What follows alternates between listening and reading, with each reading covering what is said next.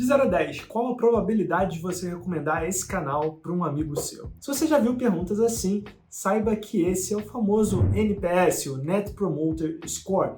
E nesse vídeo eu não quero falar sobre os aspectos técnicos, mas mostrar como uma pequena empresa ou um pequeno negócio como o seu pode usar o NPS para entender o que está passando na cabeça do cliente. Em várias das nossas jornadas como consumidores, no nosso dia a dia, a gente vê empresas usando o NPS, como por exemplo, quando a gente pega um voo e depois desse voo, geralmente a gente recebe um e-mail perguntando alguns aspectos sobre o voo, em relação à alimentação, como que foi o atendimento. Isso é um NPS, ou por exemplo, uma academia manda a cada 3 meses, 6 meses, um formulário no seu e-mail, uma loja que coloca um tablet perguntando para você avaliar como você foi atendido nessa loja. Isso tudo é NPS. O próprio botão de curtir no YouTube é um NPS também, porque ele mede as pessoas que estão dispostas a promover o seu vídeo, pessoas que de fato não gostaram do seu vídeo ou aquelas que são indiferentes e não quiseram nem sequer apertar o botãozinho de like ou não like. E se você está assistindo aqui, por favor, já aperta o botão de like que vai ajudar bastante a gente. Temos uma equipe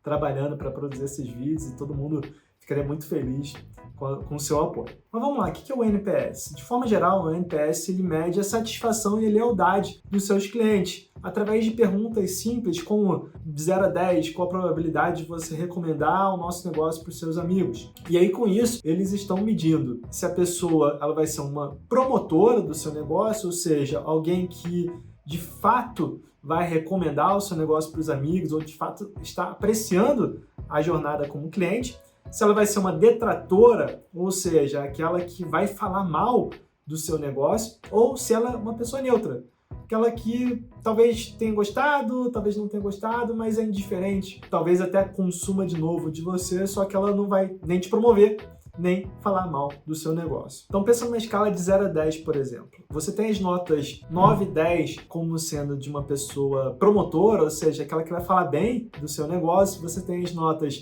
de 0 até 6 como sendo notas detratoras, pessoas que falariam mal do seu negócio, e você tem as notas 7 e 8 como sendo neutras. E é engraçado que eu já vi gente avaliando o NPS, por exemplo, de academia, dando uma nota 8, como achando que 8 é uma nota boa, e de fato, às vezes, 8 pode ser uma nota boa para alguém, mas no caso do NPS, o 8 entra como neutro, pode acabar prejudicando a empresa ou funcionário, né, se ele for responsável por esse 8. Geralmente a gente quer buscar 9 e 10 como sendo boas notas promotoras. E aí, basicamente, o cálculo do NPS é o número de promotores menos o número de detratores. Isso te dá uma avaliação sobre a satisfação, a lealdade, a fidelidade que seus clientes têm do seu negócio. Como eu falei, a ideia aqui não é entrar a fundo nos aspectos técnicos do NPS, mas entender como que a gente pode usar isso no nosso dia a dia sem precisar fazer nada avançado. Uma maneira simples de começar é você fazendo um formulário, como por exemplo no Google Forms. Existem outras ferramentas mais avançadas de formulários online. Eu gosto de trabalhar com o Google Forms, que além de ser gratuito, é bem intuitivo de usar. E você pode passar para os seus clientes, você pode fazer algumas perguntas, pode até colocar uma escala de 0 até 10, uma escala de 0 até 5. Você pode colocar uma escala para os seus clientes avaliarem, ou ainda fazer perguntas livres, né, para entender mais a fundo o porquê daquela nota, né, que o seu cliente está pensando em relação àquele aspecto ali que talvez ele não tenha gostado tanto, ou até um aspecto que ele gostou bastante, que ele gostou naquilo, né, que você pode usar a seu favor. Existem empresas, se você está buscando uma solução mais robusta, existem empresas como a Armo, por exemplo, que inclusive faz parte do nosso mastermind principal, o Hyper Elite, e essas empresas possuem ferramentas que vão facilitar a você entregar uma experiência melhor para o seu cliente, entender mais a fundo o que seu cliente está pensando sobre o seu negócio e, consequentemente, aumentar a recorrência dentro do seu negócio. No Google Forms é interessante porque você pode hoje mesmo abrir um formulário, enviar para os seus clientes e começar a entender. Às vezes, a gente está tão imerso no nosso negócio que a gente não entende